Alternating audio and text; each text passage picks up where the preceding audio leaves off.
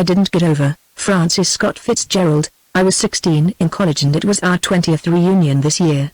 We always called ourselves the war babies anyhow. We were all in the damn thing, and this time there was more talk about the war than at any previous reunion, perhaps because war's in the air once more. 3 of us were being talkative on the subject in Pete's back room the night after commencement, when a classmate came in and sat down with us. We knew he was a classmate because we remembered his face and name vaguely, and he marched with us in the alumni parade, but he'd left college as a junior and had not been back these 20 years. "Hello there, Rahib," I said after a moment's hesitation. The others took the cue and we ordered a round of beer and went on with what we were talking about. "I tell you, it was kind of moving when we laid that wreath this afternoon." He referred to a bronze plaque commemorating the 16ers who died in the war, to read the names of Abe Danzer and Pop McGowan and those fellows, and to think they've been dead for 20 years and we've only been getting old. To be that young again, I'd take a chance on another war, I said, and to the new arrival. "Did you get over, Hip?" "I was in the army but I didn't get over." The war and the beer and the hours flowed along.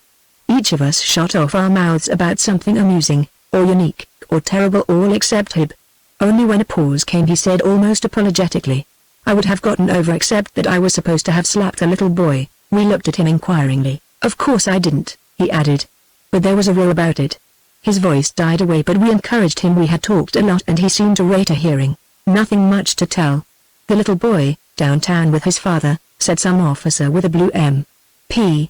band, "slapped him in the crowd and he picked me.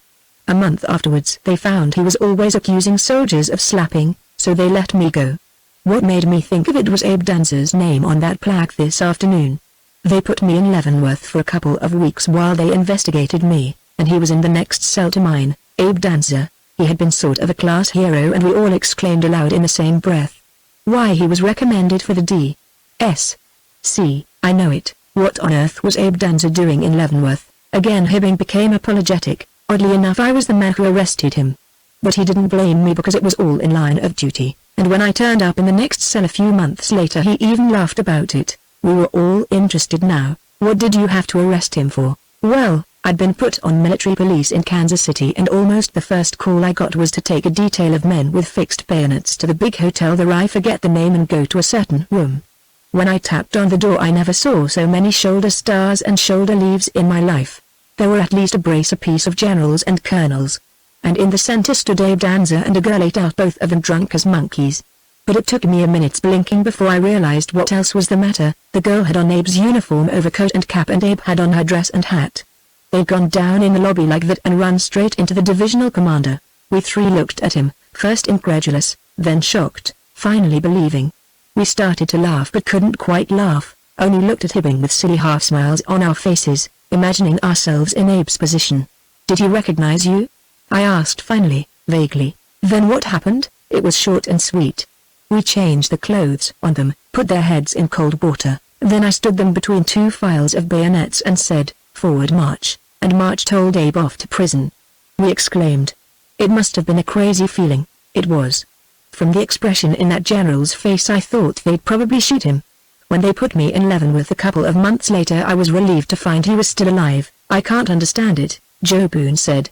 "He never drank in college. That all goes back to his D.S.C., said Hibbing. "You know about that too?" "Oh yes, we were in the same division, we were from the same state." "I thought you didn't get overseas." "I didn't. Neither did Abe.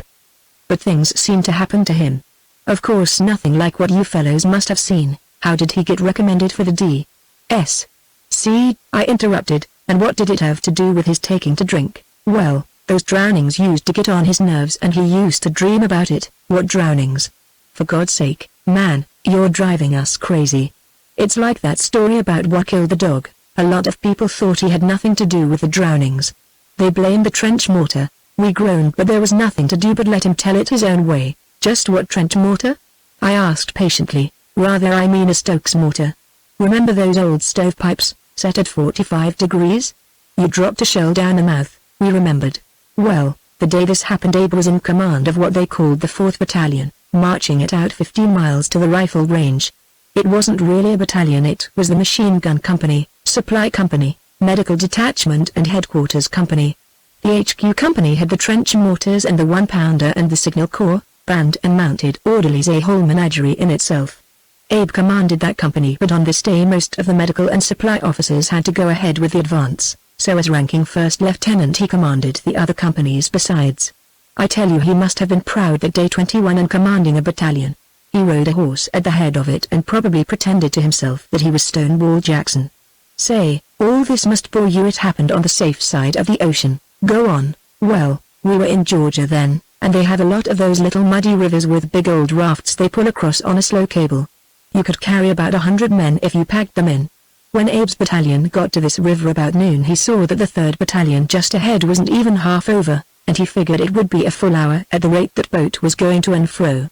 So he marched the men a little down the shore to get some shade and was just about to let them have chow when an officer came riding up all covered with dust and said he was Captain Brown. And where was the officer commanding headquarters company? That's me, sir, said Abe. Well, I just got into camp and I'm taking command, the officer said.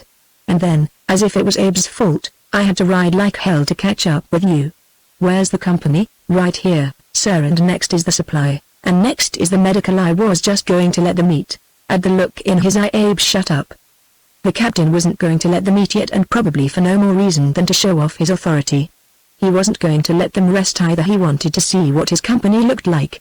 He'd never seen a headquarters company except on paper. He thought for a long time, and then he decided that he'd have the trench mortar platoon throw some shells across the river for practice. He gave Abe the evil eye again when Abe told him he only had live shells along. He accepted the suggestion of sending over a couple of signalmen to wigwag if any farmers were being bumped off.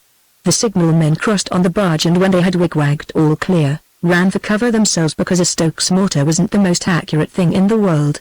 Then the fun began. The shells worked on a time fuse and the river was too wide, so the first one only made a nice little geyser underwater. But the second one just hit the shore with a crash, and a couple of horses began to stampede on the ferry boat in midstream only 50 yards down. Abe thought this might hold His Majesty the captain, but he only said they'd have to get used to shell fire and ordered another shot. He was like a spoiled kid with an annoying toy. Then it happened, as it did once in a while with those mortars. No matter what you did, the shell stuck in the gun. About a dozen people yelled, "Scatter!" all at once, and I scattered as far as anybody and lay down flat. And what did that damn fool Abe do but go up and tilt the barrel and spill out the shell? He'd saved the mortar, but there were just 5 seconds between him and eternity, and how he got away before the explosion is a mystery to me. At this point I interrupted, hibbing. I thought you said there were some people killed. Oh yes, so but that was later. The 3rd Battalion had crossed by now, so Captain Brown formed the companies and we marched off to the ferry boat and began embarking. The 2nd lieutenant in charge of the embarking spoke to the captain. This old tub's kind of tired, been overworked all day. Don't try to pack them in too tight. But the captain wouldn't listen. He sent them over like sardines, and each time Abe stood on the rail and shouted, "Unbuckle your belts and sling your packs light on your shoulders," this without looking at the captain because he'd realized that the captain didn't like orders except his own. But the embarking officer spoke up once more. "That raft's low in the water," he said. "I don't like it." When you started shooting off the cannon, the horses began jumping and the men ran around and unbalanced it. "Tell the captain," Abe said. "He knows everything." The captain overheard this. "There's just one more load," he said. "And I don't want any more discussion about it. It was a big load, even according to Captain Brown's ideas." Abe got up on the side to make his announcement. "They ought to know that by this time," Captain Brown snapped. "They've heard it often enough, not this bunch." Abe rattled it off anyhow, and the men unloosened their belts, except a few at the far end who weren't paying attention. Or maybe it was so jammed that they couldn't hear. We began to sink when we were halfway over, very slowly at first, just a little water around the shoes, but we officers didn't say anything for fear of a panic.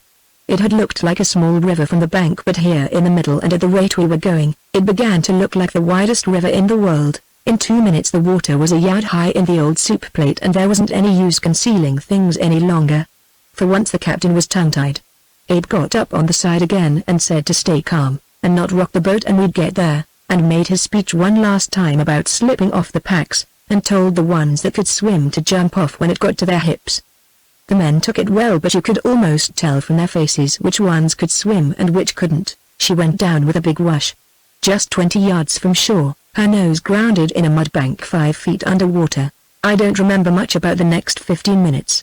I dove and swam out into the river a few yards for a view, but it all looked like a mass of khaki and water with some sound over it that I remember as a sustained monotone but was composed. I suppose, of cussing, and a few yells of fright, and even a little kidding and laughter.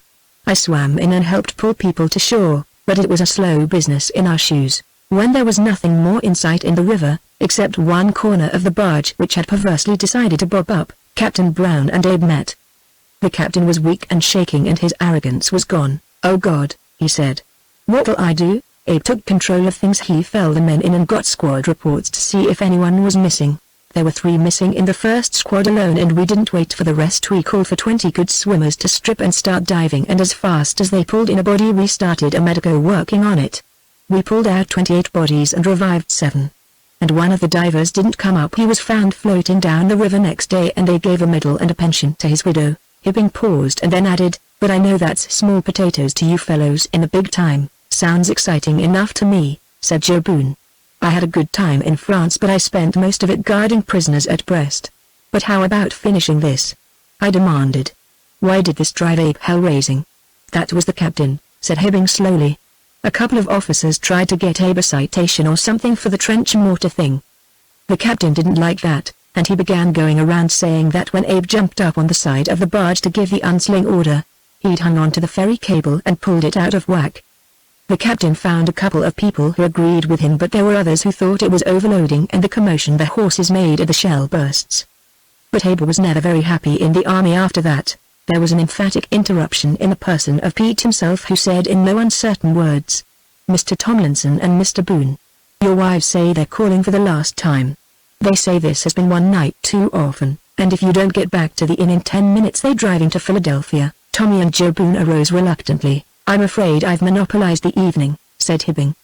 "And after what you fellows must have seen, when they had gone I lingered. So Abe wasn't killed in France. No, you'll notice all that tablet says is died in service." "What did he die of?" Hibbing hesitated. "He was shot by a guard trying to escape from Leavenworth.